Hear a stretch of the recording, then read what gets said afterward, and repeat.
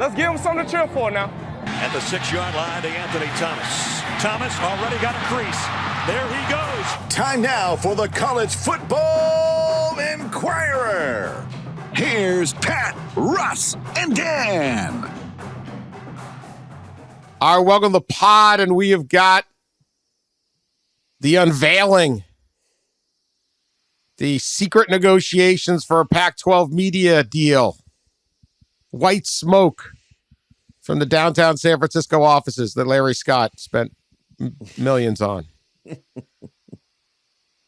That George Kliakoff visits occasionally from Visits occasionally.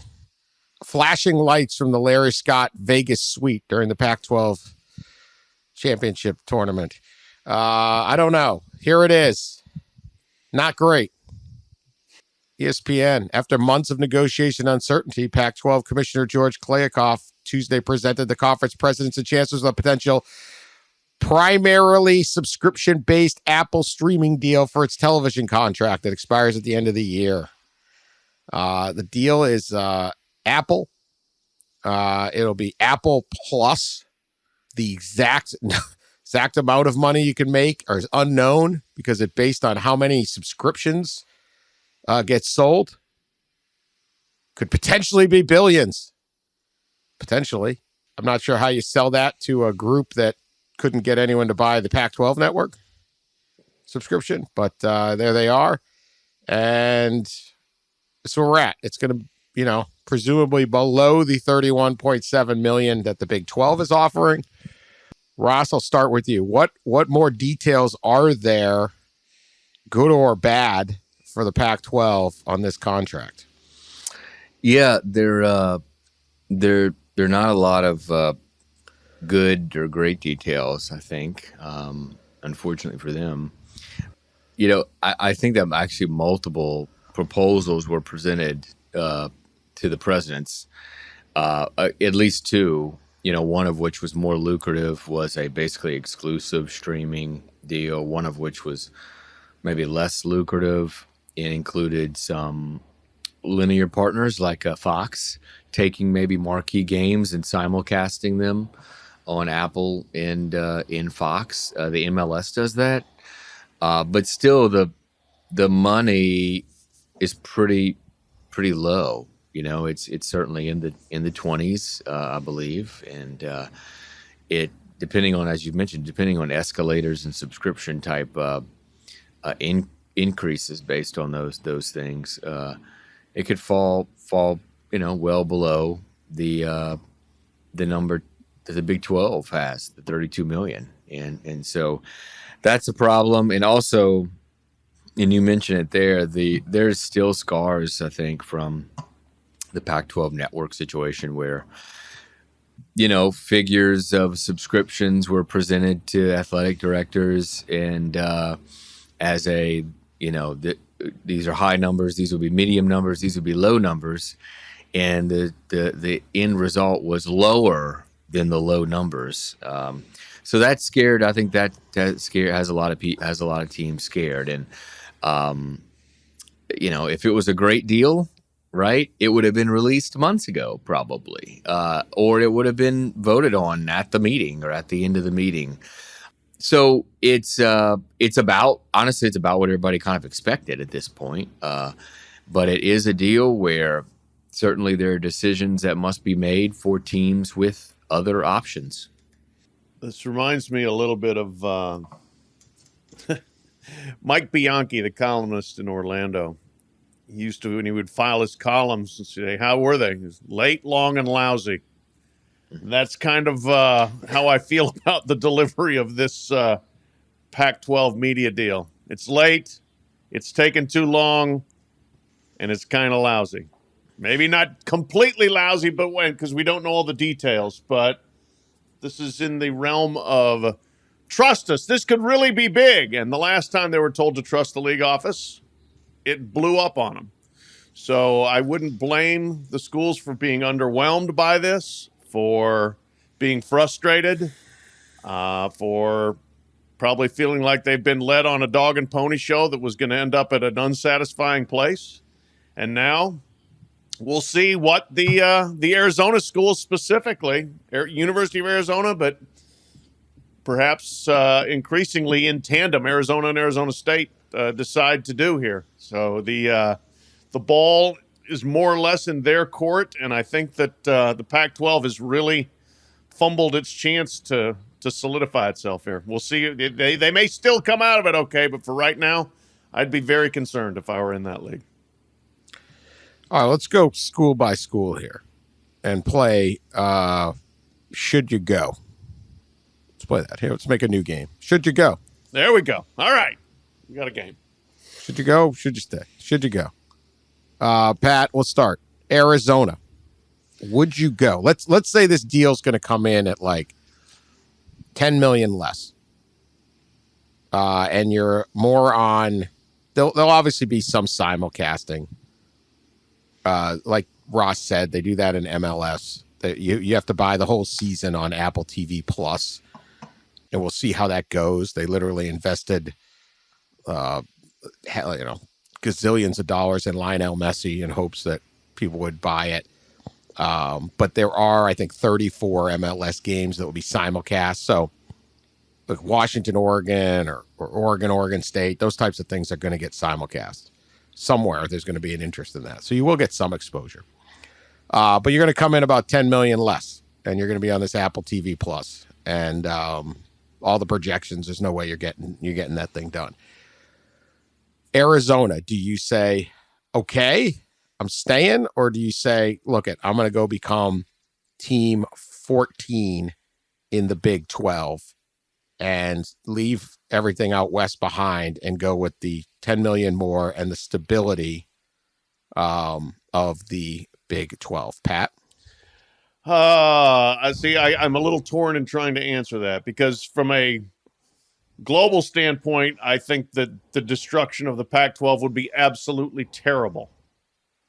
But if I'm Arizona, I'm not talking about your feelings here. I know that. But Did I mention in the I said there's $10 million. There's some exposure, but not that. Was in the question. And then Pat, how are you emotionally going to accept this? That was not in there. I'm not even bringing my emotions into it. I'm bringing my feelings about my sensibilities. Listen, about we'll get a safe space. Do we need a safe space for you? How are your feelings? You can get counseling after. Dan, do you think this is a good thing for the Pac-12 to blow up? No, it sucks. It sucks if the Big 12 blew up. It sucks too. if this. I tried to tell them. That's what I think too. I've been telling them forever. That's what I was trying to say. Don't twist my words into feelings stuff. Anyway, if I'm the University of Arizona, I'm chapped right now. I'm like, all right, we've hung in there this long, and I don't like this deal. Now, is it enough to just turn around and walk out? I still think Arizona's better off if you're tied somewhat to California than if you're tied to Texas. But I guess if you're going to put gun to the head and say, are you staying or going? I'm going to say I'm going if I'm Arizona.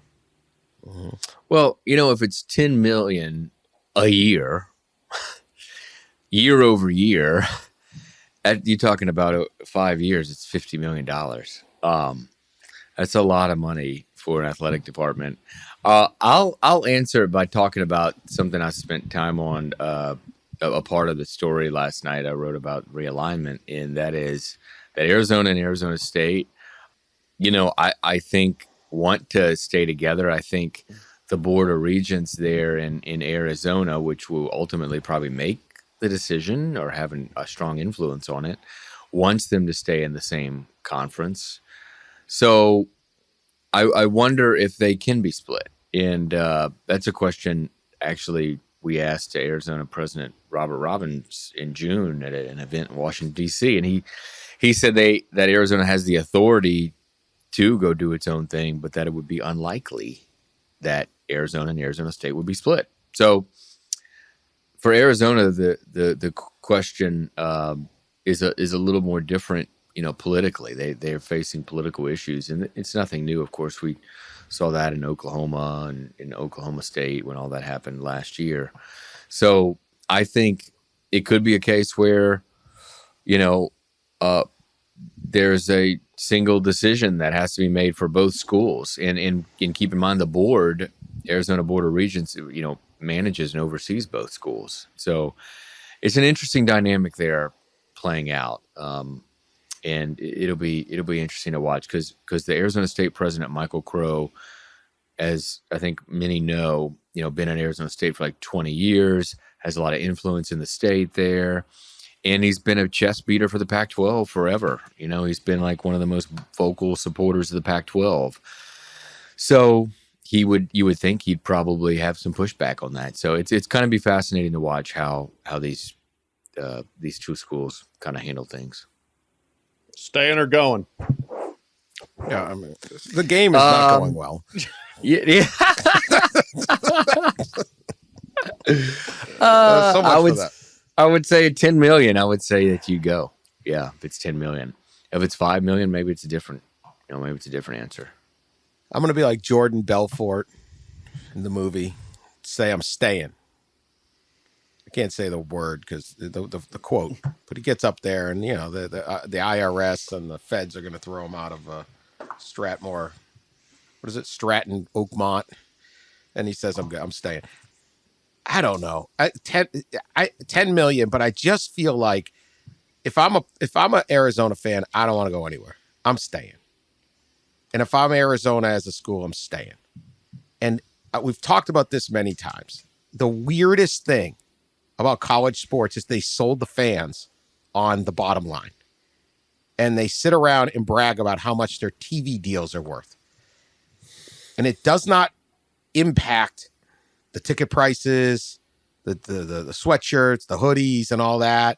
It doesn't always even affect how much you're on TV. It doesn't affect often success. Like, would you have rather been Cincinnati the last X number of years, or I don't know, Indiana football, right? Well, they're right next to each other. One of them made a playoff and won lots of games, and one didn't. But look how much money we got over here. Well, great. You don't get the money. Can Arizona be competitive in basketball under this thing? Football, they're never competitive. Nobody even cares. They have this huge stadium. They have a hard time filling. It's a gazillion degrees out during football season.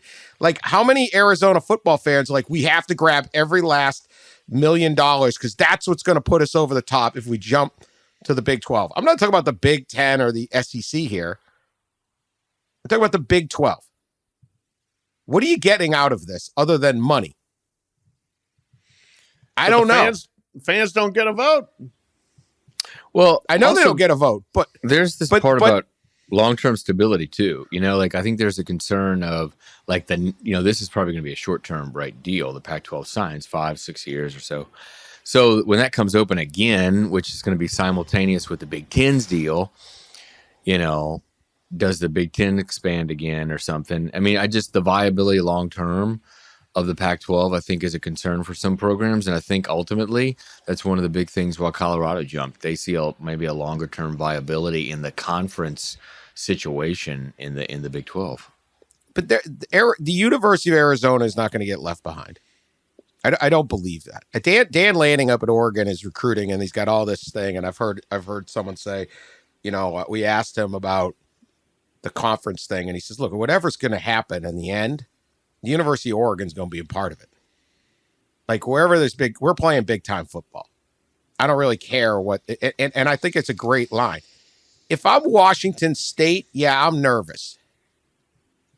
If I'm Oregon State, maybe I'm nervous. If I'm the University of Arizona, I'm not. I'm going somewhere. The next shuffle of the deck, the Big 12 is going to take me then. You are still valuable enough. You're the state flagship university of a big growing state with a lot of tradition in at least basketball and potential in football. I don't think you got to jump. And I think if you have a cooler thought process, you say, what exactly are we getting out of this? Great, we get 10 million more a year. We're now giving up all of our traditional rivals. We're no longer in all the states where we get a lot of our students.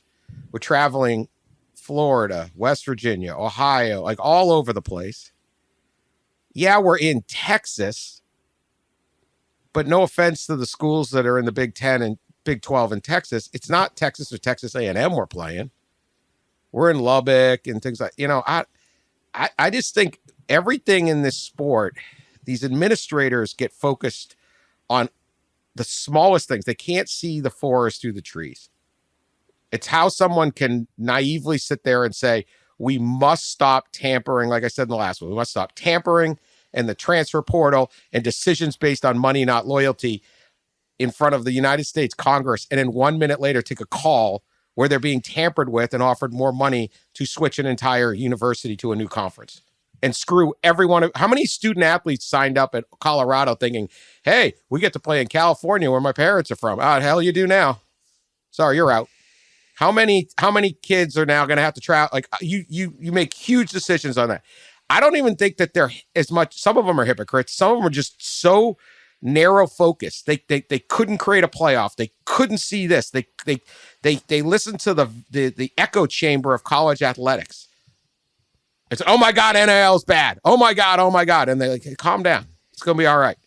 There's nobody just saying calm down. There's going to be all right. It's they're going to make $8 million more. That's it. We got to go. Why? Are you going bankrupt at Arizona? Have you been any good at football anyway?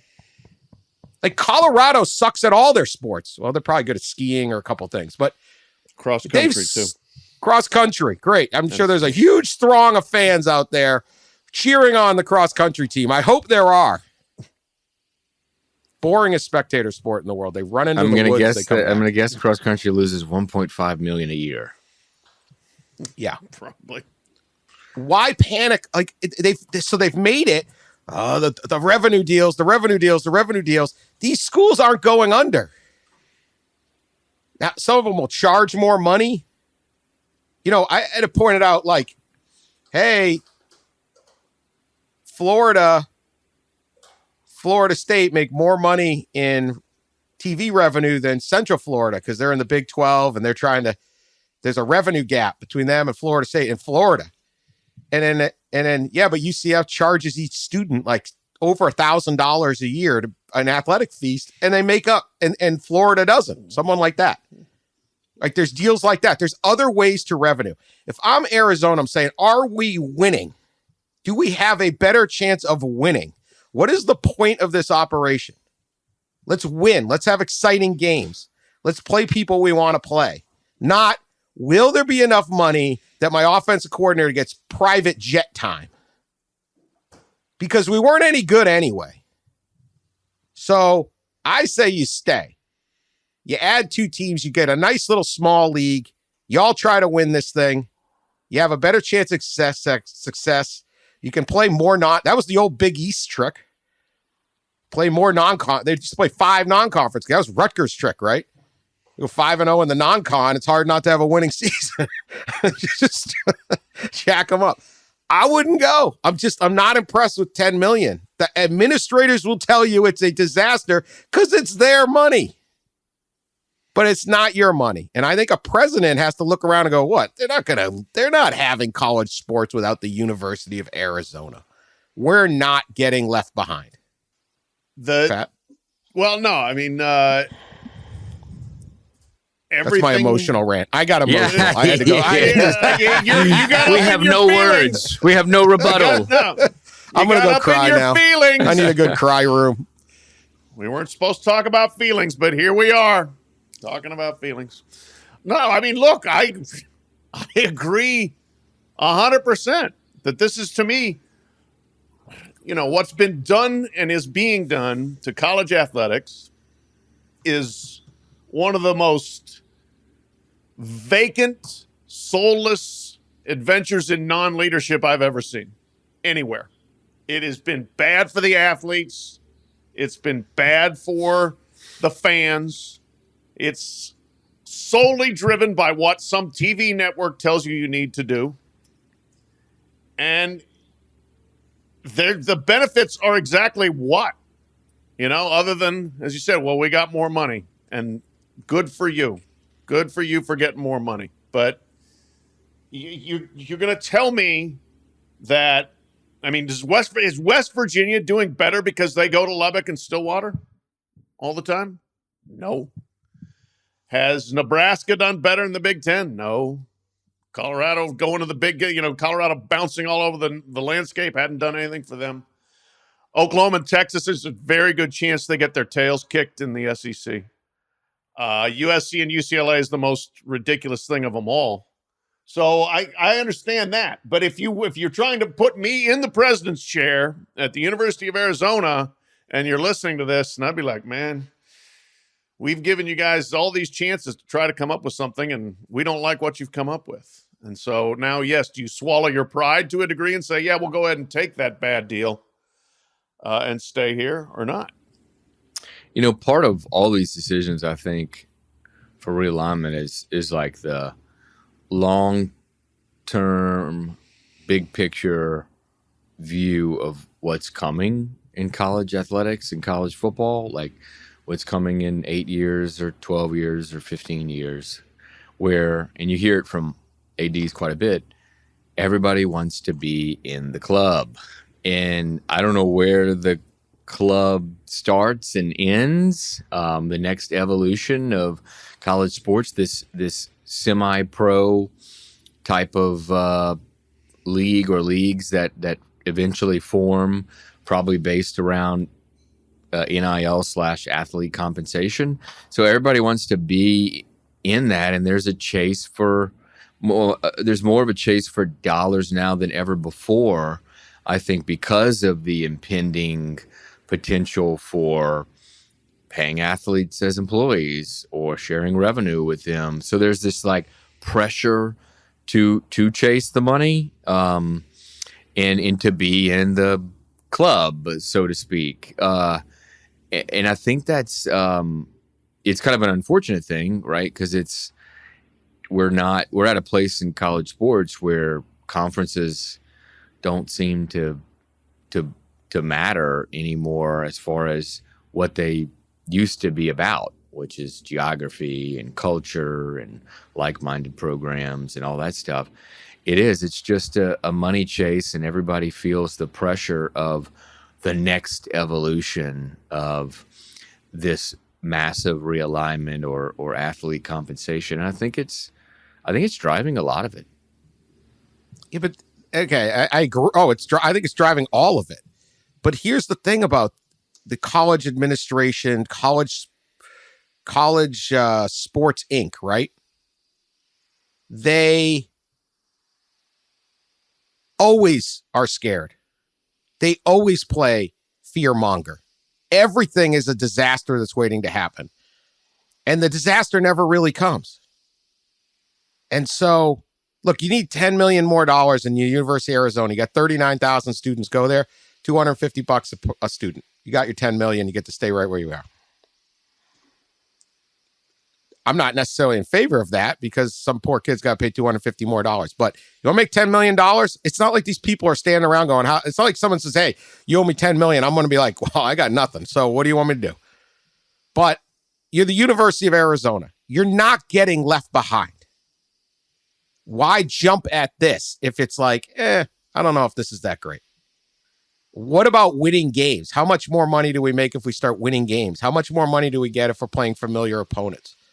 How much more money and students and all the stuff do we get if we're playing games in California, where so many of our students come from? I think there's also a bit where you have to look and say, as sure as you look at the Pac-12 office with a calloused eye and say, look, man, you guys have been lying to us for a while. I know it's new leadership, but the last one didn't pan. I wouldn't trust that either. But I certainly wouldn't just trust the, oh my God, you're doomed, and making a decision. So, I don't know that anyone really cares how good Arizona football is. Hey, field the team. Maybe you do all right. Maybe you don't. I'm not worried about that. I'm like, hey, what do we got to do to get? I mean, look, let me tell you what. Jedfish starts winning. He ain't going to care about Arizona either. He's going to go somewhere else. Look, win. I know there's going to be people listening go, no, I really do care. I get you really do care. I get people want to win at Arizona football, but it's not like the school is going to crumble if you're not there, or you're sitting there going, man, we are having so much fun. We're winning 11, 12 games every year. If we don't do this, all of a sudden we're going to win 6. It's not going to be fun anymore. right? Like if you start winning, it's a bonus, I guess is what I'm trying to say. I'm really not trying to be disrespectful, but it's not like this. I mean, look, if I'm Alabama as an institution and you see the surge in out of state enrollment and the everything that everyone knows about Alabama is tied to football. So much of it, that and Bama Rush, you got to protect that, right? But I don't know that that's the case at Arizona. I don't think people are like, oh, dude, I'm going to University of Arizona. Awesome, great school. Yeah, we got this football program, man. I got to be there for it. It's a thing, right? Well, we got packed out. Basketball, yeah, really good. But are you no longer going to be good in basketball? Has it got a great basketball league in the Big 12? I'll give it that. But does that make you better or not? Because being in a really good league doesn't necessarily make you better. It might make it more difficult. It can make it harder. Yeah. Right. I've always thought, like, if NC State was in something other than the ACC, they'd probably be really good.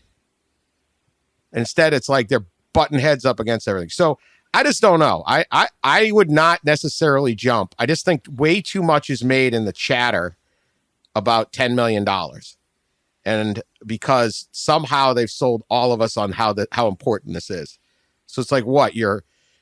This is about NIL now, not about facilities. It's about NIL now, not about how many staff you got. You were always going to lose bidding. You've always lost bidding wars to big schools. You've always lost bidding wars to schools that have more tradition. Like, my offense coordinator left. $10 million isn't going to keep your star offensive coordinator. It's not going to, keep your star coach to stay at Arizona if Alabama offers him the job. Just FYI, Arizona already charges $100 athletic fee for undergrad and $50 for grad, so they'd have to bump it up if they're going to recoup $350 and you're done. You're out the door. That's $10 million. Yeah. Okay, so I don't know. Is that worse or better? Well, I mean, that to me, I've never been in favor of student athletic I don't like fees. them, but yeah. these guys, but the schools don't care. They'll fee you to death on everything. Clearly, yes. But yeah, and there's plenty of schools that prop up athletics with student fees that are involuntary for the regular student body. All right, Arizona State, stay or go? Do you have to go? You have to stay or go with Arizona or no? I mean, I don't know whether you have to, but as Ross said and what I have heard, I mean, I think there's an increasing likelihood that they are in this together, one way or the other, in or out. And part of that is a joint board of regents. Part of that is a feeling that those two should be playing each other all the time in everything. You look at Oklahoma and Oklahoma State; those are not equal athletic departments. Certainly at the football end of things, Oklahoma has always been much better. Arizona State, 6 for one, half dozen for the other. So they seem to be much more peer driven. So I think they should stay together. I mean, that's the interesting dynamic, as was pointed out, that Michael Crow probably has as much to blame as anybody for the state of the Pac-12, but he's invested in the Pac-12 because he was a Larry Scott supporter and was in, up to his hips in all the bad decisions that they made. So he should probably cut his losses and get the heck out of the league, but I know he's invested in the league. So if I'm Arizona State, I mean, that's another one. Somebody's got to swallow some pride here and say, well, if the University of Arizona says we got to go, then I guess we got to go. Or the other way around. You don't want to be dragged around by the University of Arizona, but that may be what happens. Well, and remember go ahead. Wait, Dan. No, go ahead. I'll do the UCF thing in a second. The UCF numbers. Remember the last 2 Julys, the last 2 big realignment shakeups with Texas OU and USC UCLA. It was kind of one school, right, saying we're going to go. Do you want to tag along, sort of thing, with Texas and then with USC, and UCLA and Oklahoma each said, yeah, we want to go as well. That is my sense of kind of how it came about, those two situations. So now those two things are very different, I guess, than the Arizona State dynamic, because, as Pat said, they're a little more similar when it comes to history and resources and all that stuff. I mean, the biggest separating factor probably is Arizona's basketball program, but also Arizona State has Phoenix, is in the huge metroplex of Phoenix, and you would think, it's bizarre. Arizona State's one of those schools where you like scratch your head, like, why haven't they been better athletically, especially at football, where they're located? So they have that going for them. So it's a little different situation than the last two, but you wonder if it is a deal where, Arizona, which most believe is more susceptible to leaving and has been during all this, would be like, hey, we're gone. You want to come along or not? I would probably band together. I think the same thing with Arizona State. You're not going to get, in the end, you're not going to get totally left behind. Or if you are, it's not going to matter whether you're in the Big 12 or the Pac-12. If this thing gets down to like 48 teams, you ain't in no matter where you are. But I would try to stick together with Arizona and go as a package, because there is some strength in numbers there. Let me say this. So Florida I shouldn't have used Florida, Central Florida, all that as example, but Florida may charge an athletic fee. I can't, they did in 2019. I can't find the new thing. UCF though charges, if you take 30 credit hours, you're paying $430 a year in student athletic fee at UCF. It's $28.8 million. Whew. Wow. Yeah. They have ways to do this. Yeah. So, like, that's a lot. There's your Big 12 right there. Yeah. All right. One other quick thought on Arizona State is they have tried very aggressively to upgrade their academic standing. They've created a huge honors program, and they've really tried to market themselves more nationally. And I still think, given especially their location, you are better off probably in the Pac-12 from that standpoint, because you're going to just draw so many kids from California. And there are still more academically prestigious schools in the Pac-12 than there are in the Big 12. Well, and Arizona State, I think, is an AAU team or AAU school, I believe, which is kind of important for the academics. I think that's a great point by Pat, and I failed to mention it earlier. Is when we talk about Michael Crow, the president there, he has relations with those academic institutions in the Pac-12, like the other AAU members, like Cal and the Stanford and all that, and to leave that for a conference without very many AAU schools. I don't know which ones are AAU in the Big 12, but I'm sure it's much less than, I think it's like those. Kansas, and that might be it. I'm not sure. So that is a factor. I would think that would be a factor for him as a president, and for many academics, that is certainly an issue. Utah, stay or go? Pat? Stay. I think Utah's has kind of found its sweet spot there. That's definitely a place where you're going to be, I think, more California focused. You can and have won there. You've had really good success from a football standpoint and in some of your other programs. So if I'm Utah, I very much want to stay and want that thing to work out in the Pac-12. Oh, come on. You don't want a pairing with BYU in the Big 12? You know all what? Right. That's also Speaking another thing that they would say, just because BYU's in that league, we don't want to be in that league. Yeah, I agree. I that is something that I don't know how true it is, but certainly I've heard that that buzz about the Utah BYU situation there. Utah does obviously make more sense in the past Pac-12 and in the West Coast team playing the West Coast teams. They certainly do. The issue is will they be pressured if the Arizonas go and there's that one more spot, the 16th spot maybe in the Big 12. Does Utah take it? I think the pressure at that point would be ratcheted up pretty high because you'd have 7 remaining Pac-12 teams, and it would be a somewhat dire situation. So out of pressure alone, I think Utah's decision might hinge on the Arizonas. But if they stay, I would think Utah is better off staying. Yeah, I think they're much better off staying. It's working, right? Don't fix, you don't fix broken. And again, this playoff offering an automatic bid, and you're sitting there at Utah going, all I got to do is get through Oregon, Washington, maybe some of these other. We should be right there. We're at the top of our heap, and we can get into a playoff. We could host a playoff game in Salt Lake City. Like, it wasn't long ago they were boxed. They went undefeated and were ranked 6th.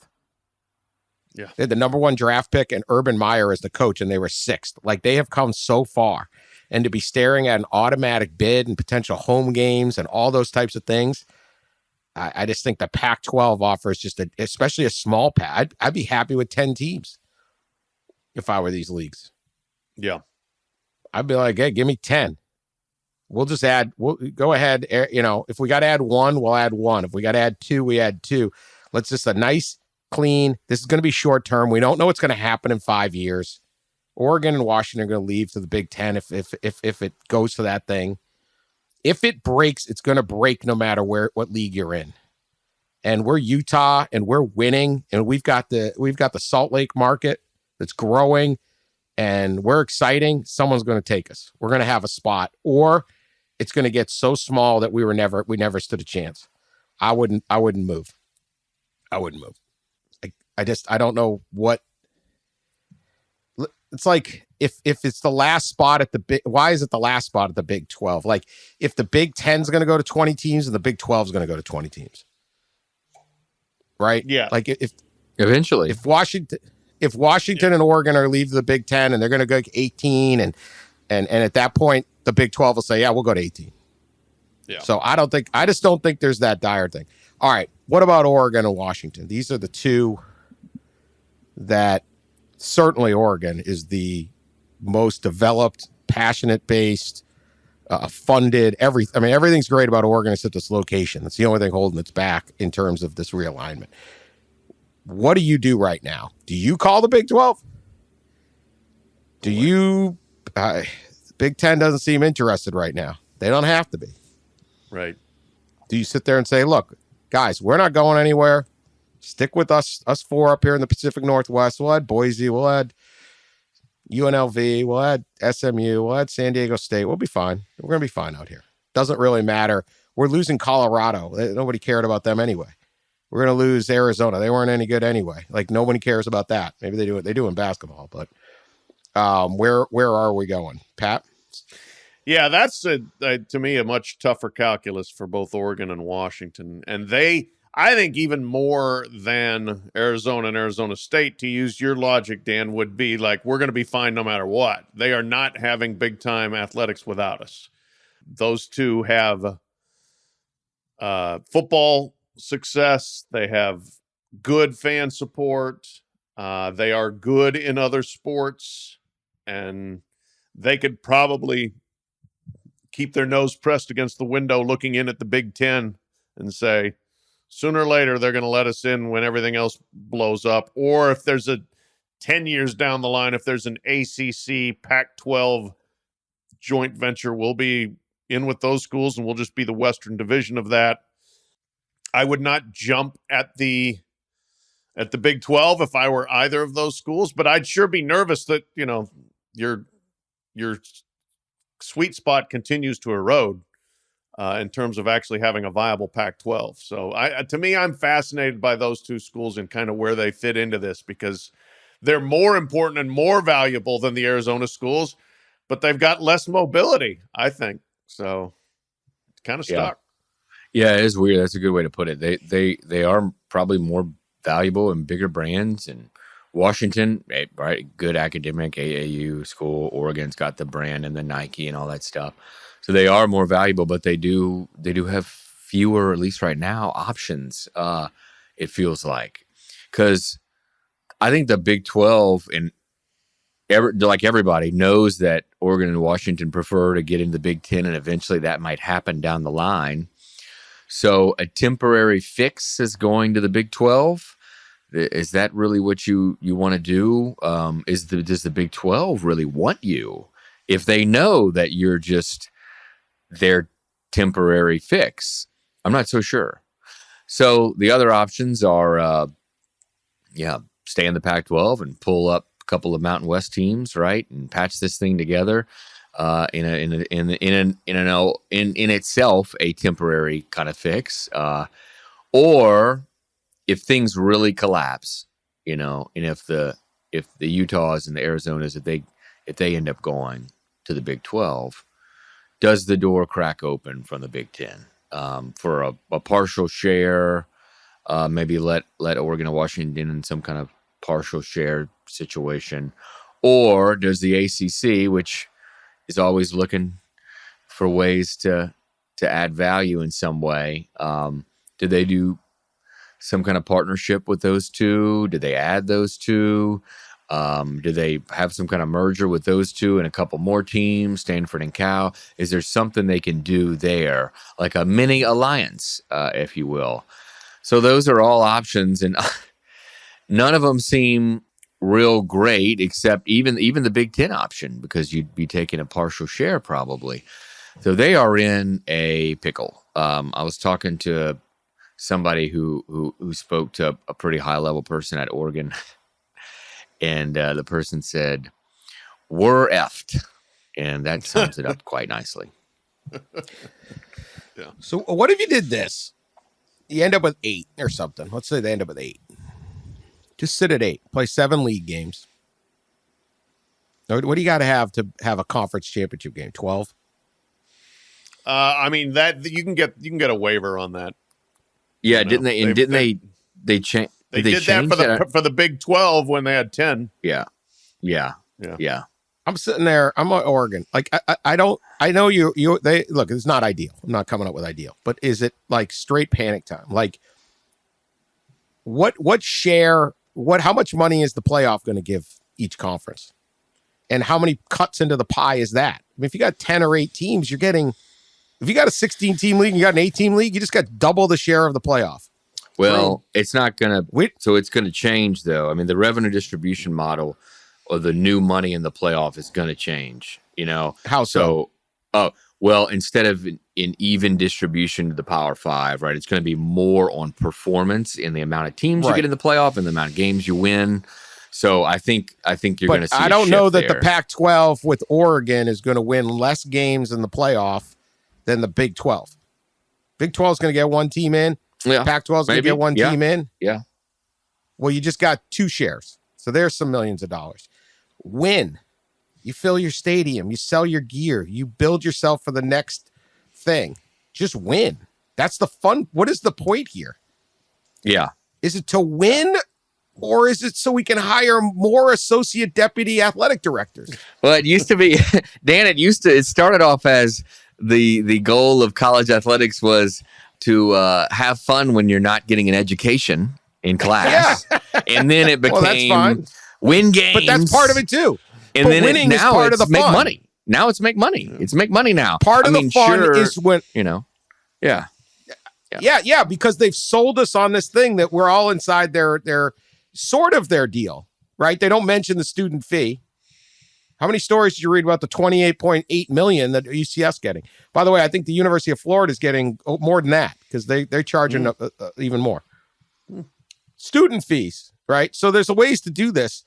But what's exciting is when your team is winning and the kids go to the game on Saturday and the alums come back and everyone goes, "Oh man, that's awesome. Let's go to a game." Not, "Hey man, we're playing some team you never heard of from halfway across the country. We're not as good as we used to be. And but it's going to be a blast." No, it's like, okay, let's take generic. We're not as good as we used to be. We're out of our geographic comfort zone. We don't play our rivals, and you got to pay $9.99 a month for the streaming service too to see it. And you got to pay $9.99, yeah. Or you've got to You've got, but guess what? When we buy out, we're going to be able to afford the buyout for that crappy defensive coordinator we never should have hired. But you ought to see our new lobby of champions. It's brilliant. Like, I'm not allowed in there, right? Yeah. What about, win, make the playoff. You could sit there with 8 teams, play 7 games, have 5 non-conference games, try to set some scheduling alliance with the ACC or somebody where it's like, hey, at least with Washington, Oregon, and Utah, some kind of deal where like, hey, we'll guarantee a home and home, play 4 other games, schedule a little more aggressively around I don't know. There's ways to do this that just, oh my God, I better get in with this league. I just don't think panicking is the way to go. These schools have the money, and the way they're spending money is different. So not great. Not going to tell you it's great, but generic football recruit. Let's say there's just generic football recruit sitting in like Fresno, California, and he's a 4-star player, and he's saying, I'm going to go to either Oregon or Arizona. Is he going to sit there and say, I'm going to Arizona because they're in the Big 12? Or are they going to go to Oregon because they're winning? I don't think that right now they go to Oregon. I don't think that changes. Certainly not in the next 3-4 years. Anyone? No, I mean, I agree with you that there is a sense that to me that this is a good time to play the long game in terms of letting things play out as opposed to being on the front edge of a movement that you may regret or that may not work out well for you down the road. Most of them don't work out. Like Nebraska's not having as much fun as it used to. They got tons of money. A lot of it doesn't work out. All right, we've done enough on this. We'll do more. I want to get to this. Our continued discovery that the state of Iowa is actually like a mutant colony of Vegas. That's what I think of when I think of Iowa is Las Vegas. That's what they want. They're hiding. They're hiding this thing. They're partying on that lake. Yeah. They're brewing beer to buy linebackers. The Swarm Iowa beer gave like $88,000 or something like that already in 1 month. See, that's 2 tight ends and a free safety right there. Yeah, you got to use that money judiciously. See, we're not worried. I mean, this is the thing. Iowa is sitting around going, we got all the money in the world, and they're still trying to turn everyone into an alcoholic drinking the Swarm Golden Ale because we need more. They'll never give up. $58,500 in Swarm Golden Ale Collective. There we go. In July alone. Good job, Hawkeyes. They're drinking. They're partying on their boat. They're letting everyone think they're going to these caucuses, but they're really not. And now we get details on the gambling operation going on out there. Iowa State quarterback Hunter Deckers has been accused of betting on events, including Cyclone games, including a 2021 football game.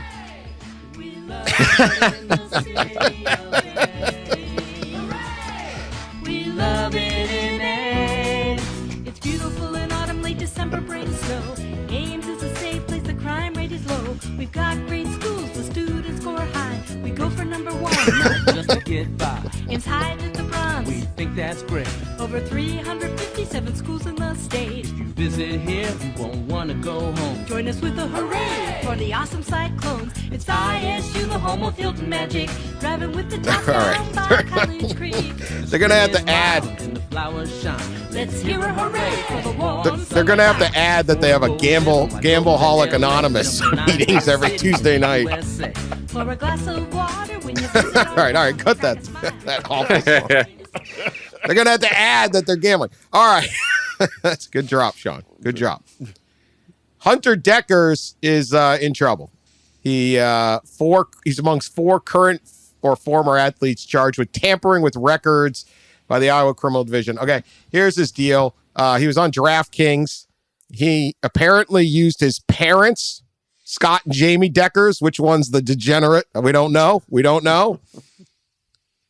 To disguise his identity, placed her bets apparently with the parents to disguise his identity. Here's the deal, though. And this is why anyone listening has anything to do with college sports, just don't gamble. You just can't do it. No. 366 bets totaling $2,799. You know what the average on that is? $7.65. Yeah, $7.65. The kid was betting nothing. Yeah. Now, obviously, he won, so then he probably came. I don't know how they calculate. $7.65. He's betting nothing. And now he's in a whole bunch of trouble. The integrity, what is it called? U.S. Integrity? U.S. Integrity, yep. They are going to get you. I talked to those guys. Yeah. It's unbelievable. It's terrifying. Oh, yeah. Yeah. No. I want to get rid of, I have an account that I signed up for when it first came legal. I don't use it. I got to get rid of it because I'm like, these guys, they're listening to this right now. Hello, U.S. Integrity. Yeah. They know they know whether you're wearing pants or not right now.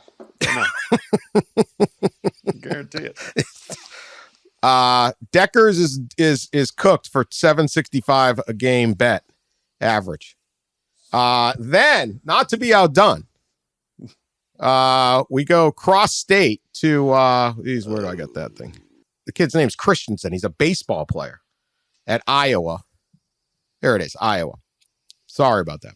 Greg Christensen. I don't know. Well, he was a baseball player. He's accused of operating a, quote, scheme with his mother, who allowed him to hide his identity to manipulate online mobile transactions as if his mother was placing the bets. He bet 559 times, 23 of them on Iowa sporting events. 2,400 at least was the total. If it's only 2,400, he bet $4.29 per bet. But it's probably more than that. It's at least 2,400. Now, are these guys just stealing mom and dad's identity, or is mom getting involved in this, Pat? Well, mom, in the case of the Iowa kid, the Iowa baseball player, mom even admitted, she set up the deal for him. And I'm sure that's the case is that, if you're underage and it's like it's 21 state, and you're like, hey, I just want to bet $5 on this NBA game, but can you set this up for me? And I guess some parents said, yeah, sure. The problem being you're an NCAA athlete and that's a violation. And then where it gets really bad with these guys is when you're betting on your own school, and even worse with Hunter Decker and at least one other Iowa State player betting on your own team, presumably betting on your team to win, but that doesn't say. So this is like absolute slam dunk, clear cut, do not do stuff that they did. And you can sit there and say, these are outdated rules or what have you, anything you want. It doesn't matter. These are very clearly understood on campus, but I wonder if schools were just caught so asleep or unaware or not caring that as sports wagering became legal all over the place, they didn't really double down and reinforce, hey, you can't do this. I was talking to a college athlete last night and asked, I said, how many athletes at your school are gambling? He's like, 70%. And it's a smaller level. They probably can't even bet on their own teams, but it doesn't matter. If you're betting NFL, if you're betting NBA, you could get in trouble. So there's just been, I think, a real lack of awareness on campuses and a lack of getting in front of this from the NCAA. And now the chickens are coming home to roost in Ames and in Iowa City so far. You think maybe mom wasn't aware of the rules, or mom was just like, screw it? Mom probably wasn't aware of the rules. Yeah. I mean, come on, son Mom. sure should have been. Come on. How do you not know? How do you not know that's a bad if it was okay, he would just sign up himself. Right. That's bad.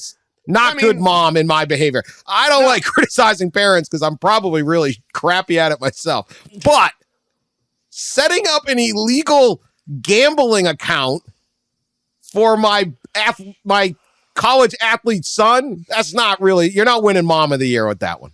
No, it is unwise at best, if not outright negligent, reckless. But they, if you don't know the NCAA rules, you might look at it like, well, yeah, they can sit in my basement and drink beer at age 19. That's some serious naivete to not know that sports gambling is not a great thing for an athlete. Like, you've heard of Pete Rose, like anything? Iowa. The wildest state in America. Mm-hmm. Ain't fooling me no more. Not fooling me with your windswept fields of corn. All your cyclists. They're all sitting on their houseboats. They're sitting on their houseboats in Lake Okeechobee betting like crazy on MLB right now. They've been selling us for years on how, we're American values. Hell yeah, you are. Dirty Iowa. I love you. Of all the states, scandal strikes Iowa. Yeah. Mm-hmm. Here we go. Otter update. KMPH says the Otter 841, the Santa Cruz Otter that was stealing surfboards from the surfers, has been MIA for a while. No sightings. So now people are the free Otter people are worried there might be like someone rubbed him out. The government. He's now a pelt somewhere. I don't know. Come home, Otter. There's a lot of attention. Everyone is trying to spot the Otter 841, and we have not seen anything lately. So if you're out there, listen to the pod, Otter. Send us a message somehow. Clap your fins together twice if you're okay. Yeah. Once if you're in trouble. Okay. Other animal news. I'm going to put this in the little chat or the little rundown. You guys can take a look at this because you're going to have to look at the picture. Okay. We'll do a people's court on this. It's in there. Just put it in. Oh, yeah. This is it's under zoo. It's under zoo in the thing. So get it, call it up.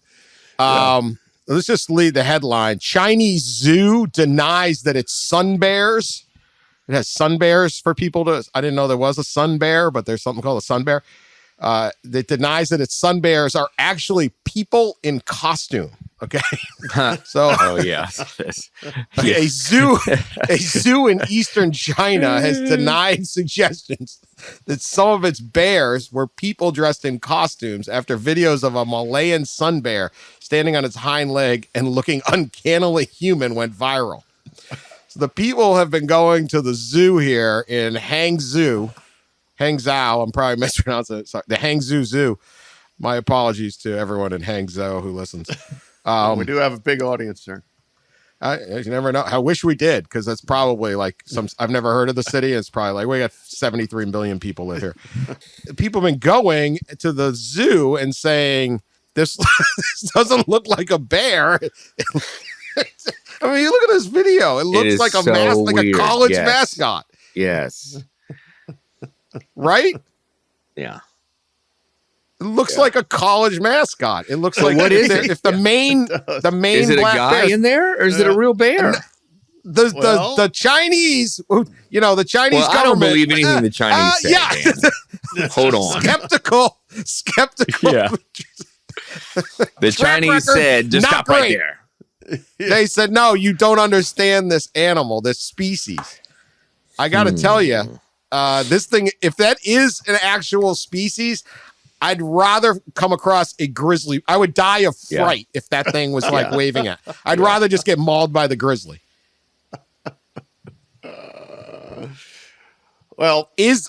People's Court, Pat, is that a real bear, a real sun bear, or is that, you can look this up on CNN or just type in Chinese bear. I'm looking at it.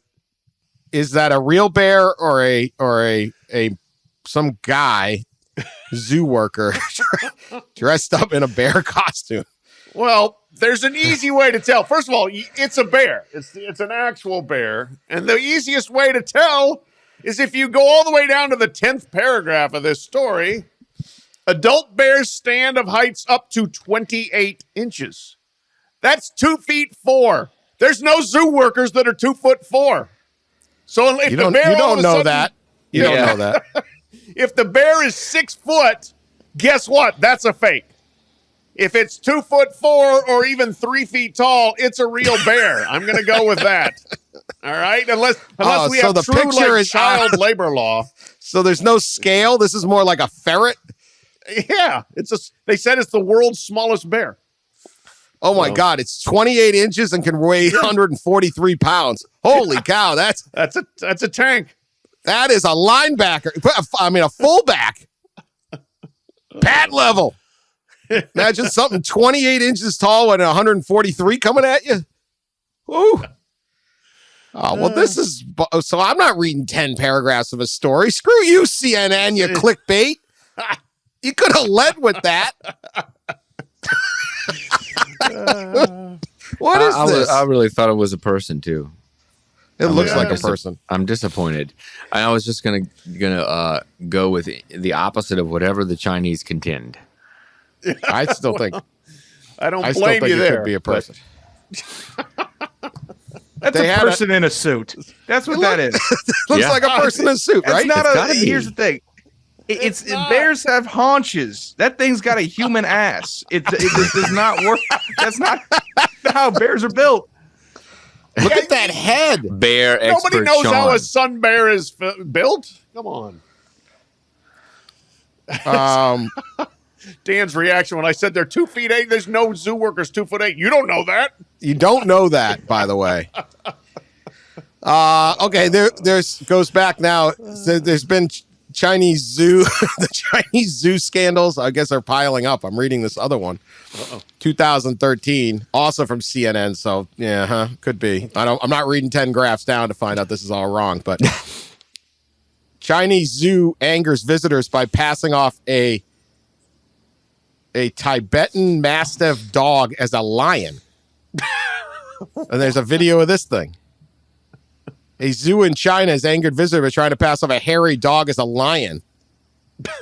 A visitor surnamed Liu told the state-run Beijing Youth Daily she discovered the fraud when visiting the zoo in the park, with her son. They approached the cage for an African lion and were shocked to hear the beast inside emit a bark. Goodness. The zoo is absolutely trying to cheat us. They are trying to disguise dogs as lions. What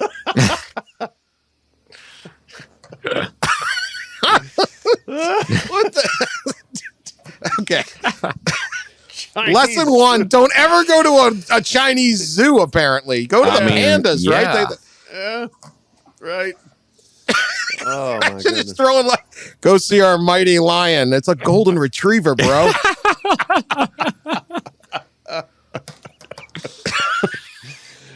Golden retriever with like that fake mane you can get for your dog. Oh my gosh. That bear dog thing, whatever, that is terrifying. I don't care if it's 28 inches. I would just be so scared of it. All right. 28 inches. That's like my hip high, not even, right? All right. We've clearly lost our way. Yep. It tends to happen. Appreciate everyone listening. As long as the Pac-12 stays intact, this will be it for the week. If not, we'll be back. Who the heck knows? Could be retaping in an hour. It's the fun world of podcasting. Continue listening. Share us on social media. Tell your friends about us. Leave us nice reviews. All of that. We will talk to you later.